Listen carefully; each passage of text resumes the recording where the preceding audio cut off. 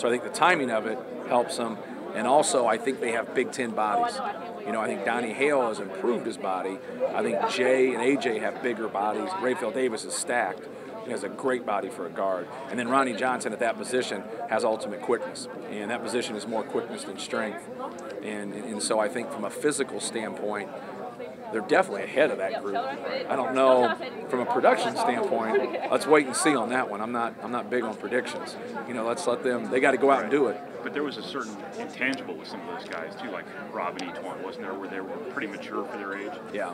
Rob is. That's kind of what I'm getting at. Yeah, Rob was more mature than all of them probably put together. All of us. Yeah, all of us too. Yeah. Is that what you're kind of trying to learn about these freshmen then? Because I think it sounds like you really like them from a just grow up. You know, that's going to be more important. You want guys, you know, you want them to be kids, but when you have mature responsibilities, you can't have a light switch.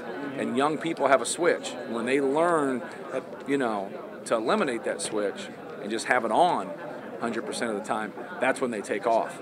But they really want to play well and then get rewarded for it and take a step backwards. It's not intentional thought. Yeah, it's human nature to pat it's human nature. On the back and say, "Oh, that was pretty good." And so then you let your foot off the it's almost, when you deal with young people, it's almost better to get on them when they have success and tell them they're all right when they fail. And you know, they don't know which way to go at sometimes when you do that, because it sends a mixed message. But winning makes you soft. Success makes you soft. It makes you weak. Losing, everybody reacts to losing. You've lost, hey, we got to get this going. That's an easy reaction. This isn't good enough, we got beat by 20 points. But when you win by 20 points, it is good enough. But someone's coming right around the corner to get you. So you have to be able to, you know, use a little psychology to get them in the right place. Did you, last year when Kansas made the national title game, was there a side of you that was just like, dang, we had those guys on the ropes? Sure. Was there? Yeah. But that's immediately. But, you know, you have to finish a game. We didn't finish the game. And hopefully we can learn from it and be better because of it. I got a sense that last year, even though it ended pretty well and you played well down the stretch, it was kind of a tough year for you at times, because there were some things. Yeah. You weren't a good rebounding team, like right, you said. Right. You were not probably your worst defensive team you've had since your first year. Correct. So Correct. I got a sense it was kind of a tough year for you. You know what? It wasn't a way, but I had to do a better job, and I think as a staff we did a better job when we started to just accept them for who they were, instead of trying to say, hey, you're not as good as this team defensively, you're not as good as that. Hey, let's go shoot some threes and let's have some fun. And we're still going to harp on the defensive part of it. We're still going to harp on the rebounding part of it. But let's not get carried away. Let's make sure everybody's on the same page, and let's enjoy each other. Let's have some fun with it. And sometimes as a coach you can get crusty, and then your team, you know, doesn't want to go to practice anymore, doesn't want to play anymore. And I thought we had fun. I thought at the end of the year we were getting better and making strides because our staff did a better job of recognizing that and playing to our strengths. So, hey, you got anything? Yeah, like, you know, talking about the threes and stuff, you know, you lose Hummel, you lose Smith. How do you see the productivity, at least scoring-wise, coming from this year? Well, I don't know if I have the answer. We have a lot of young guys that'll play. I think we're going to have balance. We have some low-post guys now that we haven't had in the past in terms of traditional post, 7 foot, 270, 6'9", 260. Sandy Marchuk, 6'10", 265, 270, something like in there. So, you know, we have more of an inside presence. You know, I think Tyrone Johnson, you know, averaging 9 last year, DJ Bird averaging 12. I would think there's some improvement in those numbers.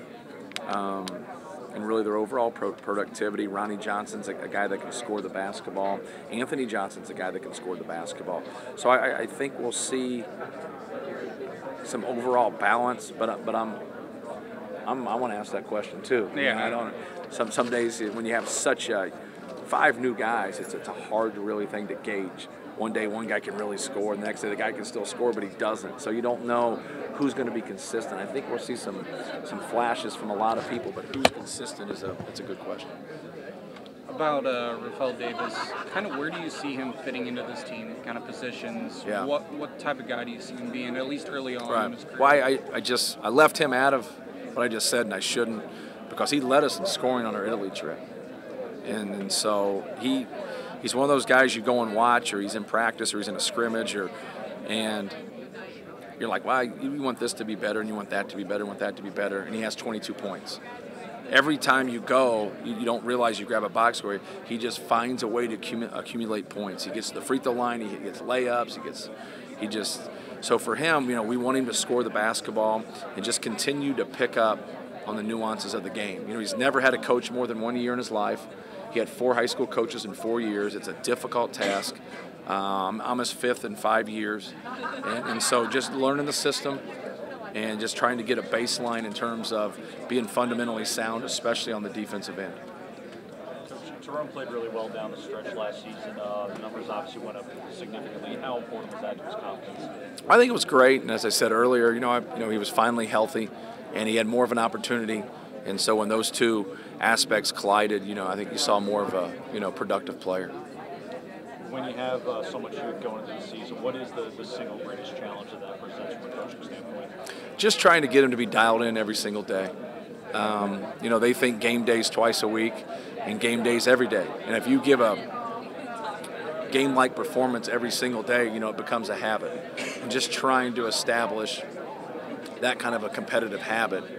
But I think we have enough guys to where, if you have some young guys that aren't ready to go on a particular night, then they're probably going to be spectators. So, and that's always a good lesson for a guy to sit and watch. And it's better to play and figure it out than to sit and watch. But sometimes it's a good teaching lesson for a young guy to realize we will push on without you unless you are going to come and play hard every single day. But when you're dealing with young people, telling them to play hard sometimes can be fool's gold. You have to explain what playing hard actually means, because it means something a little bit different to each guy. Think Rickfield's ready to step in and contribute right away? I hope so. We'll find out. Making predictions isn't really that. We're in a prediction business. As a coach, you try to stay out of that. I love his talent level. I love his work ethic. He's got a good body. He can score the ball. He's eager to learn, and he's a coachable guy. And anytime you have all those attributes, good things happen. But just because someone might not have success right away doesn't mean they're not going to be successful. We live in such a microwave society that people are like, well, after 3 games, this guy struggled. Well, he's no good. No, he's 19. He's playing against 22-year-olds. Let's give it some time. There's been a lot of guys in this league come in and average 3 to 5 points in their first year, end up being good players.